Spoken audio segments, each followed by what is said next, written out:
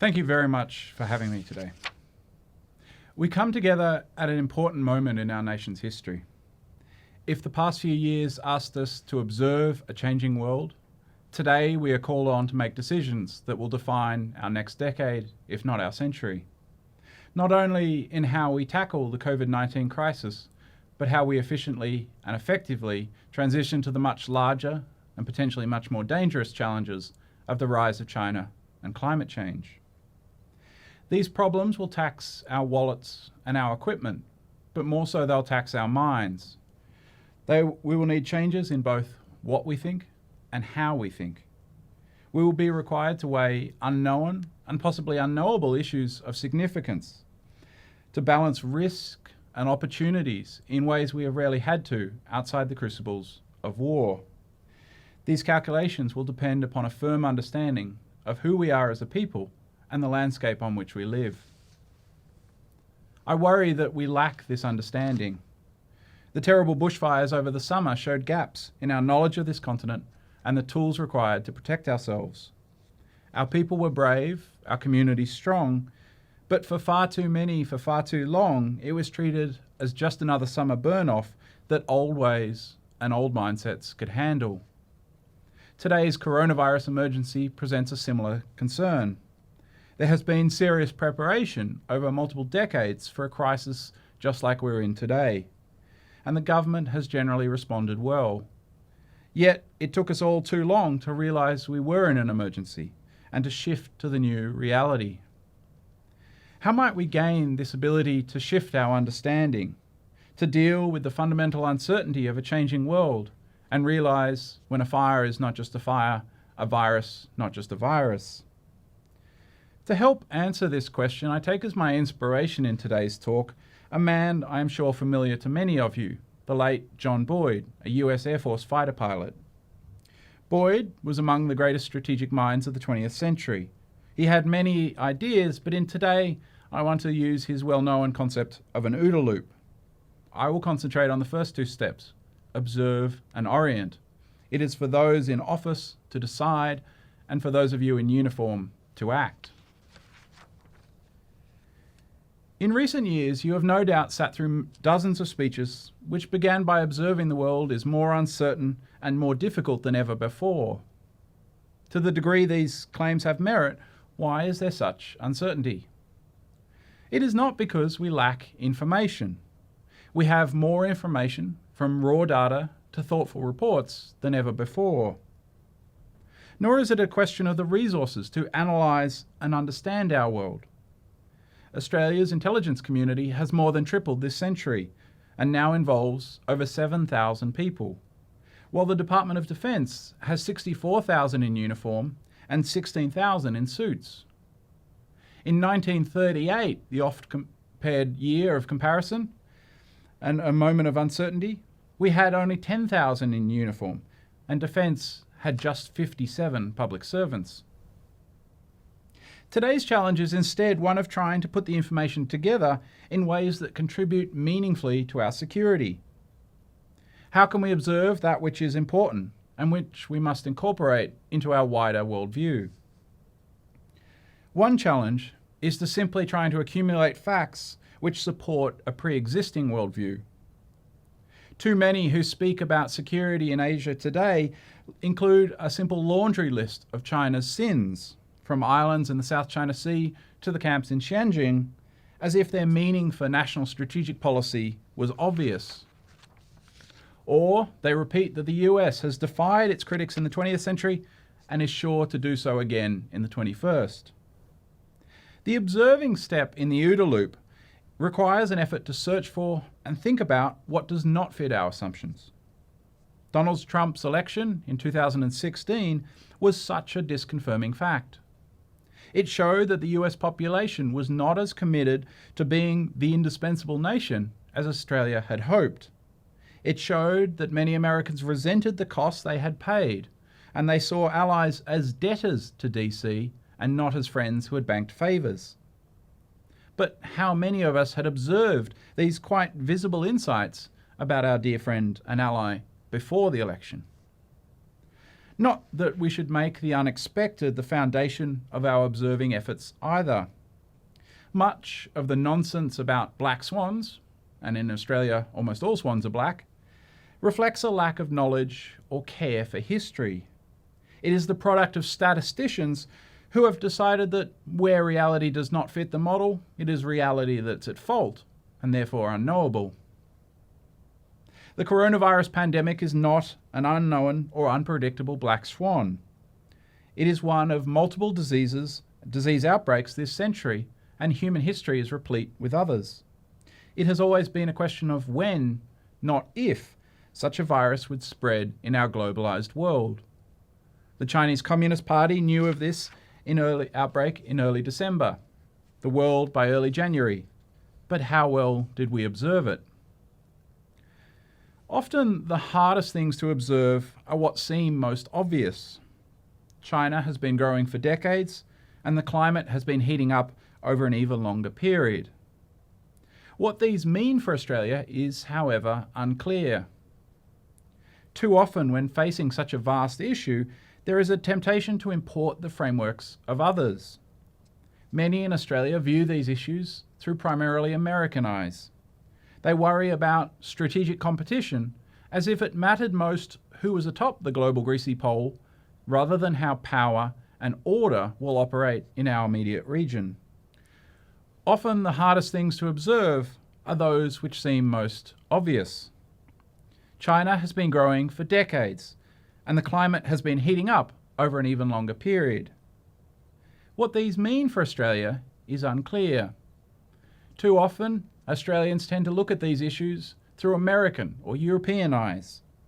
Many worry about strategic competition with China as if it was in Australia's interest who was atop the global greasy pole rather than how power and order will play out in our region.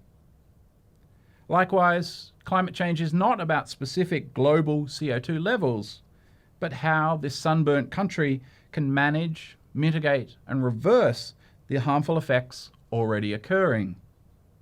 It is not that we shouldn't listen to and align with others, but rather that responsibility for observing lies primarily with us. When I observe Australia's strategic environment, at least 6 issues stand out to me. China's slowly emerging hegemony in Asia, an increasingly hot and dry Australia with the potential for sea rises affecting our coasts and island neighbours, America's confusion over purpose and collapse of institutional capacity, Australia's relative economic decline compared to Southeast Asia, the disruption of power and standing which the COVID-19 pandemic will cause, and Australia's strengths of policy, institutions, and community. The answer to many of the questions we ask flow from these factors, such as the role of international law, the stability of our societies, the well-being of our neighbours, the propagation of our values, and the security of our people. We protect those things by taking our observations into the world and turning them into orientations, mental models which help us understand what is going on and how to respond. For John Boyd, the second O in his OODA loop, orientation, was by far the most important step. His theory of victory from the tactical to the strategic level rested upon the alignment between our mental concepts that we use to view the world and the world as it actually is. The closer your alignment is, and the more your opponent's alignment is out of sync, the better your chances of victory. This is not just a once-off task. The bond between how we view the world and how it really is always slipping, either because of the march of time and chance, or because an opponent is trying to push it out of alignment for us. Our ability to survive and thrive, according to Boyd, thus depends on our willingness to regularly break down and reconstruct the mental concepts we use in our head, to realize what is worth observing, what elements of our old world view still align with the world as it is, and to creatively reconstruct a mental model that more directly aligns with reality. In this way, at the tactical level, a fighter pilot can create confusion in an enemy fighter and get on their 6. At the strategic level, the process is fundamental in how we recognize when today's challenge is more than just a traditional summer burn-off or a nasty bug far over there. A similar sentiment can be found in Carl von Clausewitz on war. He argued that, quote, the first of all strategic judgments was the judgment that the statesman and commander have to make to establish the kind of war on which they are embarking, neither mistaking it for nor trying to turn it into something that is alien to its nature. That is, unless we know what is going on, we cannot hope to devise a strategy against it. Boyd would probably hate the fact that I just invoked the Prussian. He respected on war, but was an early critic of the canonization of St. Carl, which has taken place in Western militaries. Boyd believed that all those who seek their answers in just one book have made, quote, a horrible mistake. You've told me that your thinking hasn't proceeded since 1832. Where nature's challenges like a bushfire or a virus can be difficult to interpret, human beings are downright confusing. Little wonder some invoke the intellectual retreat, invoking black swans to claim history is unknown or unknowable. But as hard as the problem is, we must still make decisions. A foreign state which is rearming may simply be seeking its own defence, or perhaps buying off popular support with popular spending. Or it could be preparing for war. Good strategy requires not just one fixed picture of what a foreign state is or what a threat may be, but rather ideas of what it looks like in peace, in competition, and in war, and how we should respond to these various iterations. Perhaps the most popular answer to this problem of uncertainty is the urge to a creation of a grand strategy, something that can bind all elements of national capacity to achieve our security. I am doubtful. Observing and orienting every single area necessary for policy in perfect coordination is beyond human capacity. Notions of a master strategist are a myth, and a harmful one at that, as Lawrence Friedman has argued. The 20th century showed the fallacy of believing humans could understand and control a domestic economy. Why then, in the 21st century, do so many in the strategic community think we can manage the economy, governance, society, technology, values, cultural power, and on and on and on? The logic of grand strategy also implies we need to only get our ideas in alignment with the world once and then set and forget. That we just need the next George Kennan to step up and provide the recipe for our security. Many have recently auditioned for this role with proposals such as a new Cold War, Thucydides' Trap, and Indo-Pacific. As standalone descriptions of our world, they all fall short. The world is far more interconnected and far less ideological than the Cold War. Thucydides didn't predict a trap, and the Indo-Pacific is more hope than reality. But if we move away from trying to look at these ideas as singular grand guides and instead seek to carry several of them in our heads, swapping them in and out as if different lenses, they become remarkably useful. Each of these orientations casts a different light on what matters in our world and why. They tell us to look at different things, to think in different ways. It is when such models become fixed, when we pretend or insist there is only one grand way of looking at it, that we're at risk. As John Boyd put it, I don't want you to have a rigid recipe, because then the other guy's going to find out what it is. You would, in a sense, become predictable, and he's going to pull your pants down. So, to keep our pants up, we need to admit our mental models may not align with reality as they once did. Boyd teaches us to accept this and never get too attached to our mental models. Instead, we should constantly work to observe afresh what makes sense and what should be discarded, and in turn to rebuild or replace our orientations so that we can rapidly decide and act to achieve our security. Rather than retreat, black swans, or hubris, grand strategies, Boyd's OODA loop offers a nimble way of thinking about how our world is changing and how we can prepare ourselves not only to change with it, but to take advantage of those changes. This is how we can better realize when a fire is not just a fire and a virus not just a virus. What then does Boyd have to teach us about Australia's current security predicament? Today, we face a clear and growing misalignment between the mental models Australia has used over the last few decades and the world as it is before us. As my colleague Stefan Fruehling noted in 2016 in relation to our ANZUS alliance, quote, "The geographic scope of the Pacific area remains misaligned with its membership, and Australia's obligations to support US commitments under the treaty are not matched by any Australian influence on the same.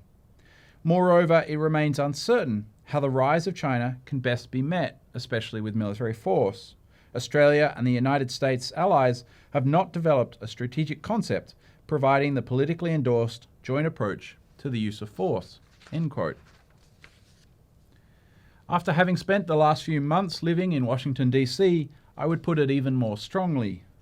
There is a fundamental lack of understanding by Americans about Australia, by Australians about America, and by both of our nations about the world we face. COVID will exacerbate all of these. Even if the health effects are contained in the next few months and the economic effects within a year or two, world politics is likely to change considerably. The trend of the last decade towards a more regional, inward-looking, and zero-sum politics is likely to exacerbate, while many global institutions have proven incapable or corrupted. Rather than facing up to this slipping alignment, too many of our elites and leaders in recent years have relied on tired old mental concepts. We have favoured intellectual comfort food, hoping to re-microwave the dishes of prime ministers past rather than cooking afresh with the ingredients to hand. It is any wonder then that the results are not to our taste. Nor is there enough diversity in the ingredients being provided to our decision makers. The staid bipartisanship of Australian politics, the risk-averse nature of defence and the ADF, together with the failures of my own academic profession to give strategy its due, have left Australian strategic thought far too barren. The fault is not with any one person or group here. Rather, there are simply too few people in the debate and too little space for new ideas and a genuine plurality of opinions. I am heartened, therefore, by new forums such as the Runway, the Forge, and the Cove, because I believe it is critical we hear more voices from those in uniform about how they see the world. Civ-mil relations cannot function if only one group talks and one group acts. We need a genuine conversation where both sides are willing to listen. In judging what Australia's new orientation should be, we confront head-on the fact that how we judged the success of old orientations must change. Two examples illustrate this: the target of our strategy and the role of values in strategy. Australian strategy has typically been far more concerned with its allies than its adversaries. Canberra uses military force to achieve an impact in Washington, rather than to deter or defeat an enemy on the battlefield. Hence, why many in the ADF have found themselves sent in, pulled out, sent in, moved around, and rarely been given clear guidance beyond do us proud. And they have. I raise this not to criticise it. It is as legitimate to fight to earn a friend as it is to defeat an enemy. In strategic terms, I see no problem with our past willingness to send forces to influence Washington. But as is widely understood, this approach will be less useful for us in the future. It and other comfortable old habits will have to be reevaluated. We must also rethink the way we talk of values. Values certainly matter. There is no such thing as a value-free or purely rational strategic policy. Used right, values can be a force multiplier.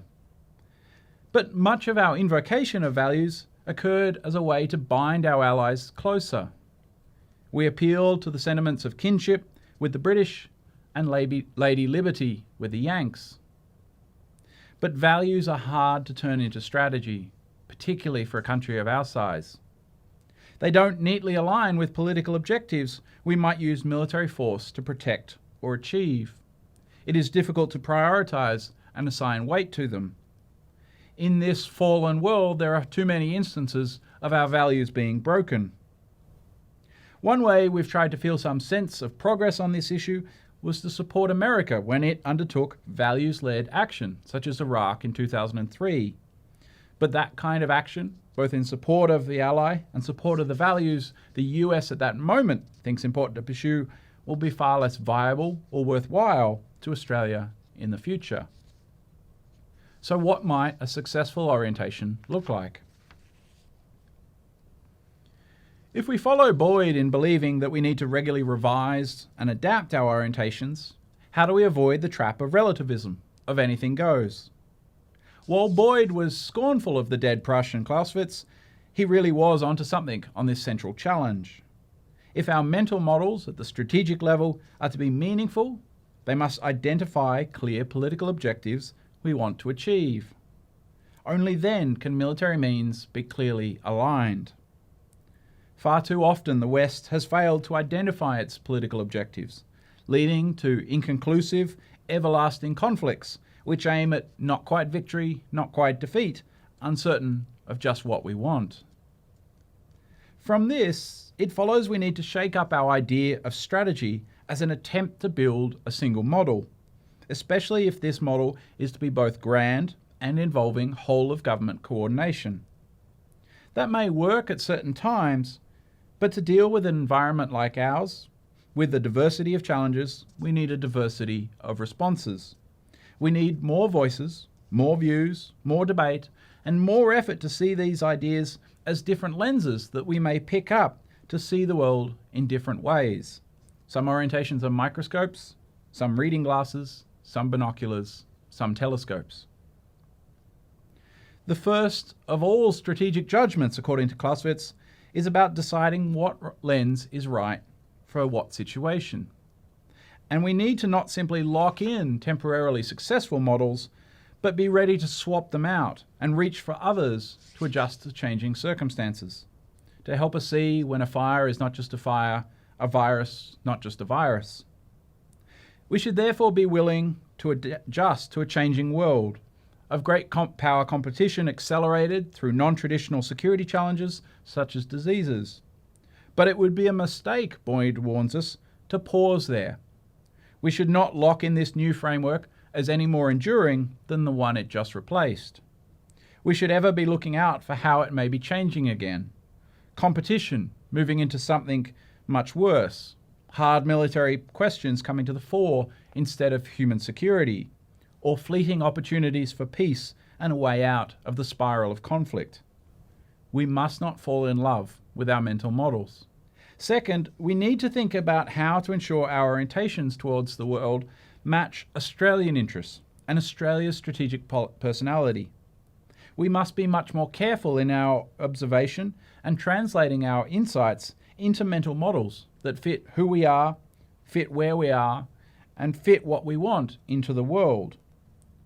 No one can do this task for us, and it is dangerous to outsource to another beyond our shores. Some orientations will have more enduring significance. These are the ones that go to the big challenges of the day.